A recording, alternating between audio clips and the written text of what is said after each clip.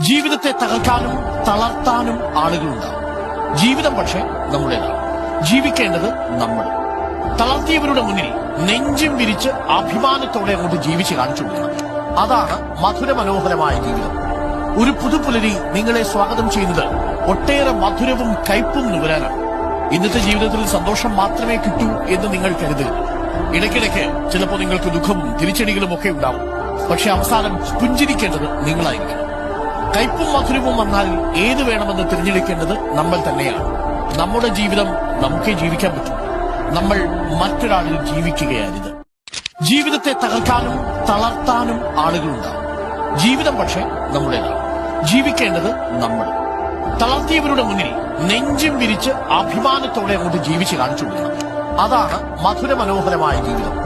ഒരു പുതുപുലരി നിങ്ങളെ സ്വാഗതം ചെയ്യുന്നത് ഒട്ടേറെ മധുരവും കയ്പും നുകരാനാണ്.